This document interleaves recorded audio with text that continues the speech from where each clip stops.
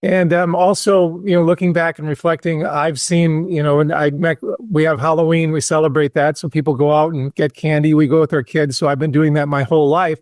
I've seen it where it's been 70 degrees and beautiful. And I've also seen it when it's snow and freezing. And that's just, one random October 31st every year. But weather's always changing and it always will. So they feed a lot of data into these climate models. And I think they're intentionally designed to predict hotter future weather than in the past, or the future weather. And they also are designed, the other problem with them is they really can't post-predict. So any good model should be able to take historical data we already have and match it from the model. And they don't do that either.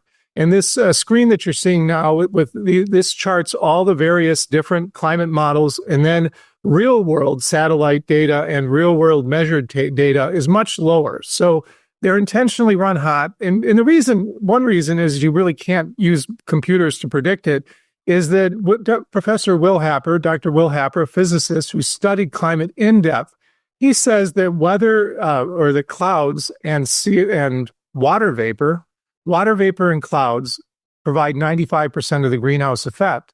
And clouds are very unpredictable. And also recently, we've had a lot more water vapor ejected into the atmosphere. With just a couple of years ago, the Hanga Tonga volcano went off, increased the water vapor about 15% in the upper atmosphere. And I think that's filtering down into the lower atmosphere, making it a bit warmer.